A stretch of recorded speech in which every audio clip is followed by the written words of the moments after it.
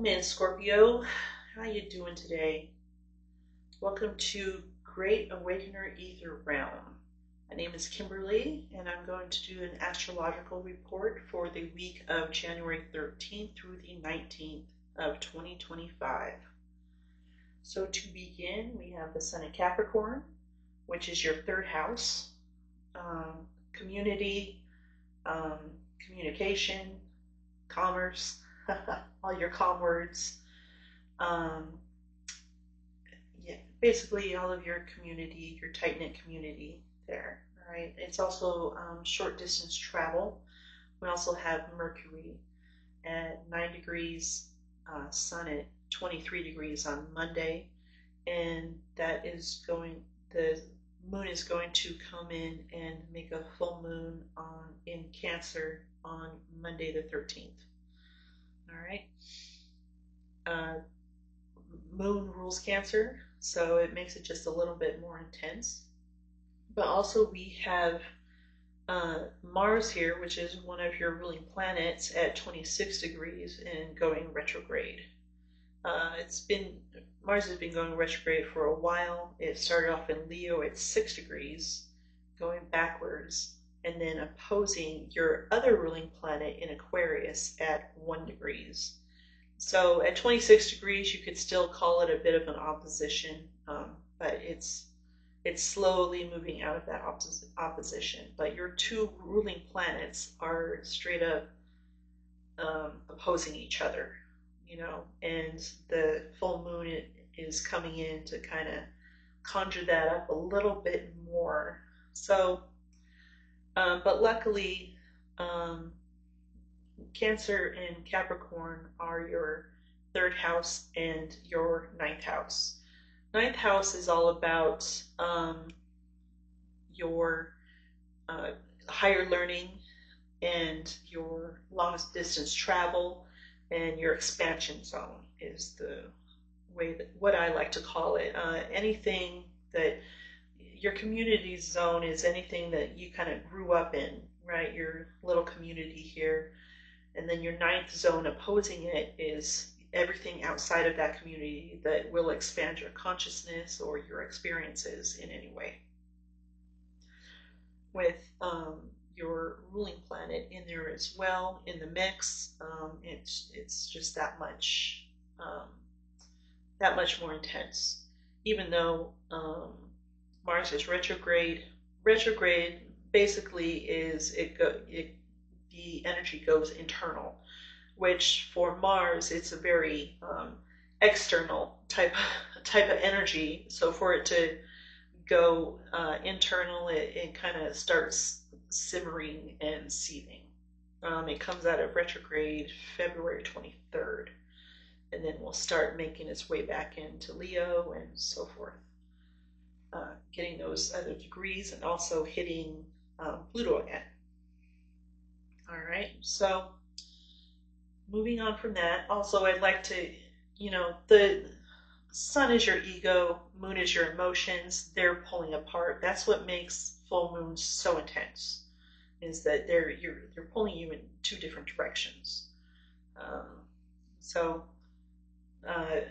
you might be getting hit with something about your community, opposed to maybe something outside of your community. Anything that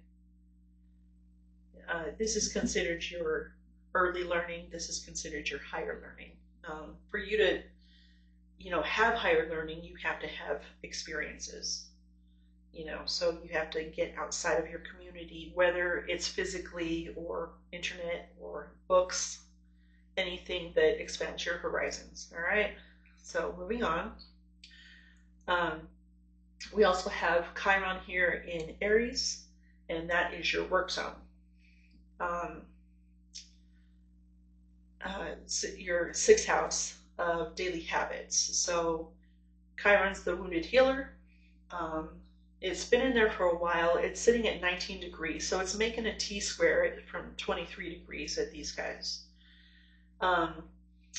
Wounded healer is basically facing your dark side, your shadow side, healing anything that hurts you on a subconscious level, okay, on an emotional level.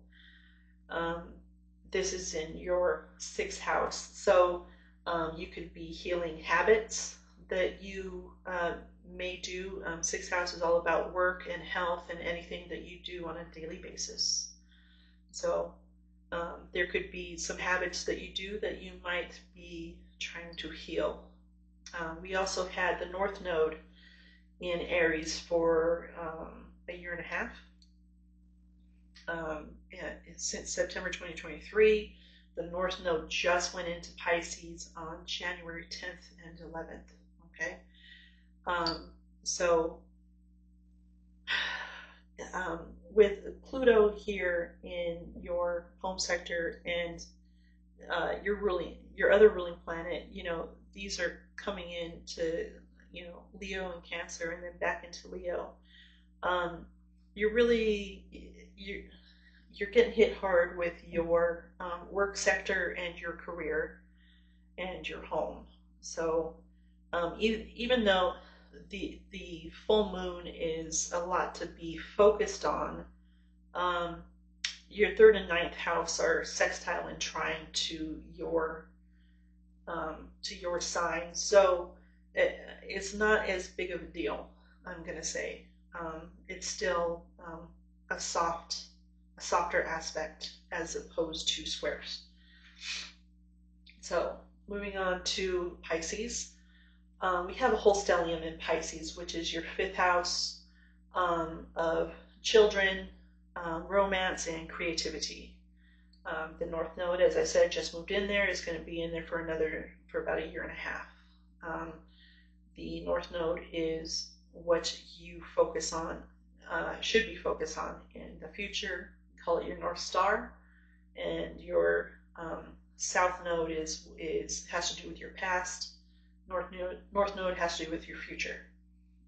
It is just about conjunct Neptune in Pisces, which is the ruler of Pisces.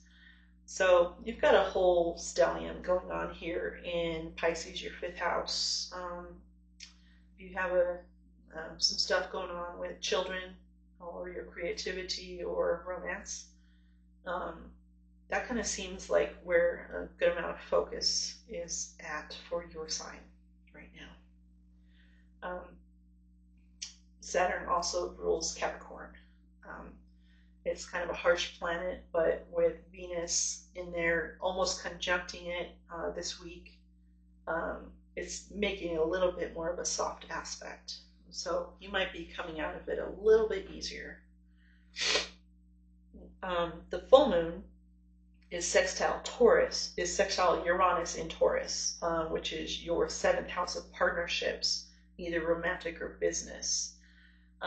Sextile is a very nice aspect, but it is oppose your sign as well. Uranus has been in Taurus for 6-7 years now. So you've probably had some upheaval in your partnerships for the last few years here. So this is exactly 23 degrees. If you have planets at 23 degrees, they're going to be hit the most. All right. The full moon is also trine Pisces. Neptune in Pisces, which again is where this whole stellium is at. So it seems to me that there's a lot going on in your expansive sector, your higher learning, and your romance, children, creativity sector. We also do have Jupiter in Gemini, which is your eighth house of other people's money, sex, death, and transformation, which is actually the traditional house that Scorpio rules, is your eighth house. Jupiter is an expansive planet, and it usually expands anything that it touches. It is in retrograde at the moment. It does come out of retrograde on February 4th. But so things may have slowed down in your eighth house, but when it comes out of retrograde, it'll start speeding up again, and it usually brings luck to any house that it's in. So you might be um, doing well in the eighth house sector at the moment, which again is the sector that you rule. Um, Moving on through the rest of the week here. Tuesday, Wednesday, the moon goes into Leo, which is your career sector again. It's going to immediately oppose Pluto, your ruling sign.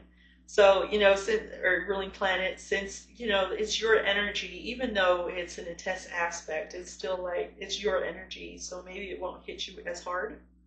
It might even wake you up a little bit, instead of, bring you down. And then the moon moves on to make a square, or actually let's do the sextile to Jupiter first in Gemini. Leo again is your career sector, career and reputation sector. It's going to make a sextile to Gemini, to Jupiter in Gemini, which again is your money house, your eighth house, the house that you rule. So you might be seeing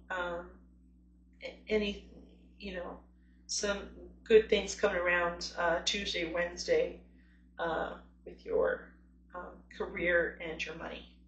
Okay, and then it's going to come around and the moon is going to make a square to Uranus and Taurus, which is your partnership sector again. Career, partnership, and of course your home zone, even though it's at 1 degree, it's gonna trigger. You've probably been going through a bit of an awakening in your partnership zone these past 6 or 7 years. Uranus can definitely bring upheaval, but it also brings awakening. And with the moon triggering it, it's probably going to hit that again. Just like all of the outer planets, you don't really see or feel the energy directly until another planet aspects it. So the moon, of course, goes around every month and hits everything at different angles, like the whole month. So Tuesday or Wednesday, you might be feeling something maybe clashing around your career and your partnerships. Okay. Moving on to Thursday, Friday. Moon moves into Virgo and makes a trine to Capricorn and the Sun, which were opposed, on Monday. So it's starting to soften these energies. Okay. Even though you might have some upheaval on Monday, it starts to soften. Virgo is your friendship zone, and also your dreams, hopes, and wishes. Also, the moon will come in to oppose all of the whole stellium here in Pisces as well, and then it will conjunct that south node that I was telling you about. South node is about getting rid of anything that doesn't serve you from the past. Okay, so this next year and a half, you're going to be going through, let's say your closets of friends and dreams and hopes and wishes, and you're going to be throwing everything out that doesn't serve you any longer. And whenever you have a planet hit that node, it's just going to be that much more intense. All right, so the energies ebb and flow. And then you're also going to be having a trine.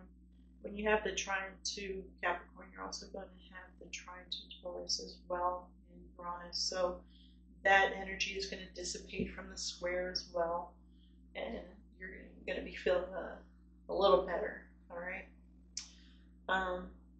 But the moon is also going to square Jupiter in Gemini, your other people's money, sex, death, transformation, and your friendship, dreams, hopes, and wishes are going to square each other. Okay, so you might have some problems with money with some friends, or hope wish that you want to get off the ground and maybe you don't have the resources for it.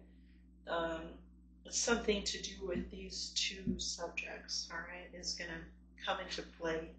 But the moon is fleeting. It is not going to last that long, okay? Come a weekend, moon goes into Libra, and it's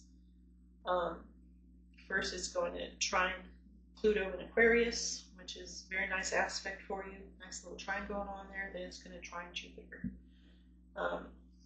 Another trines are really nice aspects. They're like the nicest aspects you can ask for. Very friendly. But then when the moon gets to 23 degrees Libra, it's going to come around and trigger that access point that we had with the full moon. I'm going to tell you, like I told everyone else, full moons are all about illuminating things, bringing closure, bringing that which is hidden into the light. Okay, so something is hidden here in your either work sector or your expansion sector or your community sector.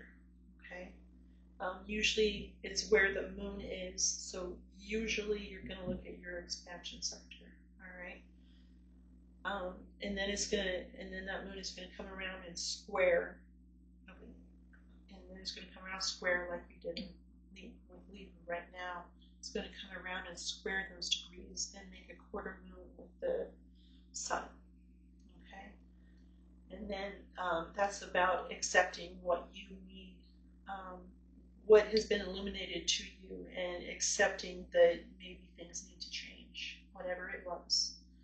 And then another 7 days it comes around, and then this is where you're making a decision on how to address it. And then 7 days later, you're basically trying to take action. Okay. So let's see, do I have anything else for you? I think I got everything for this week. If you want to join me for next week's reading, you're more than welcome to hit the subscribe button. I also do personal readings with astrology and tarot. I also do many healing modalities as well if you would like to look at my website. Until then, I hope you have a good week. I hope you have a very expansive week. All right. Thank you, Scorpio. Bye.